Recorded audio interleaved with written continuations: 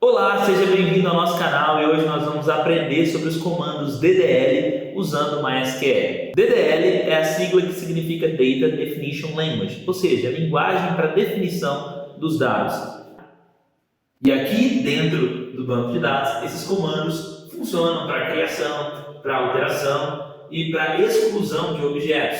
Enfim, seja um banco de dados, seja uma tabela, seja uma view, ok? Então, se nós queremos criar esses objetos dentro do meu banco de dados, o que eu vou fazer? Eu vou usar o meu comando DDL. Então, primeiro nós vamos ver o comando create. O que esse comando faz para mim?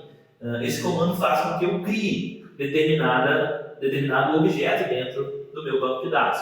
O primeiro objeto que nós vamos criar é exatamente um banco de dados, para que nesse banco de dados nós possamos criar uma tabela e, enfim, nós possamos modificar essa tabela e apagar essa tabela com os comandos alter e com o comando drop. Então, o primeiro desses comandos que nós vamos utilizar é o comando create. E a primeira tarefa que nós vamos realizar usando o comando create é a criação de um banco de dados. Então, vamos criar um banco de dados.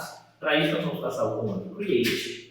Vamos passar o objeto que nós estamos querendo criar, que é um database, e vou passar o nome desse banco de dados. Nesse caso aqui é o banco de dados estoque. Então eu criei esse banco de dados, observe aqui que apareceu na minha saída aqui das minhas ações, que a primeira ação foi eu criar esse banco de dados estoque, afetando uma linha e tendo esse tempo de duração aqui. Para eu criar as minhas tabelas ou demais objetos dentro desse banco de dados específico, eu preciso usar esse banco de dados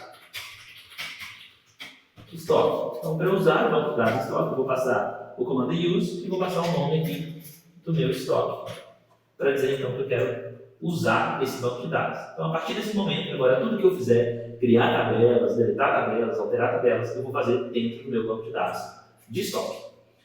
Então, com o banco de dados criado, eu posso criar outros objetos que vão fazer parte desse banco de dados, como, por exemplo, criar a tabela de produtos.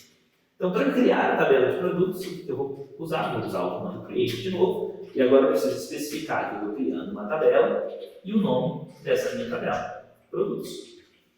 Tá? Então, essa minha tabela, ela vai ter o campo ou o atributo ID, que esse atributo vai ser um atributo inteiro, com a opção do auto increment, e vai ser a minha chave primária da minha tabela.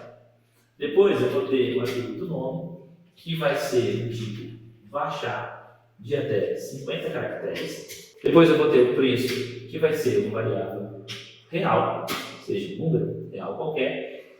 E também vou ter a data de cadastro, que vai ser do tipo date, ok? Então, para eu criar essa minha tabela, eu posso selecionar toda essa parte de código aqui que eu criei, rodar, enfim, a minha tabela foi criada com esse tempo aqui, dizendo que eu fiz essa terceira ação. Joia? Eu criei a tabela, mas faltou um campo, faltou um atributo específico para essa tabela. Faltou um atributo específico para essa tabela. Então, como que eu faço para eu adicionar um atributo específico a essa tabela? Eu vou adicionar a coluna quantidade. Como que eu faço para adicionar a coluna quantidade? Aí eu vou usar o comando alter. Eu vou dar alter, vou dizer o tipo de objeto que eu estou alterando a minha tabela, o nome da minha tabela, tá? Produtos, e vou dizer o que eu estou querendo fazer. Estou querendo adicionar uma coluna, que eu vou chamar de quantidade, e essa minha coluna vai ser do tipo inteiro. E se eu rodar esse bloco de código aqui, observe que eu estou criando essa agora variável aqui, esse atributo quantidade, dentro da minha tabela de produtos. Eu posso também alterar o nome de uma tabela. Não quero que essa tabela chame mais produto, quero que essa tabela chame agora items. Então, alterando o nome de uma tabela específica. De novo, vou usar o alter, então se eu estou alterando, quero alterar a minha tabela, produtos, tá? E eu vou passar o que eu quero fazer com ela. Eu quero renomear ela, então, para itens. Então, a minha tabela produto, eu vou alterar renomeando ela para itens.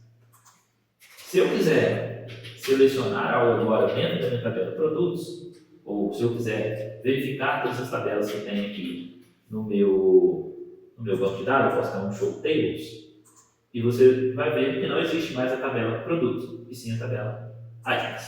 Essa tabela pode, por fim, ser apagada. Então vamos apagar a tabela items. E aí, quando eu quero apagar um item determinado dentro do meu banco de dados, na linguagem SQL, o que eu uso? Eu uso o comando drop. Então eu quero apagar a tabela items, então drop table items.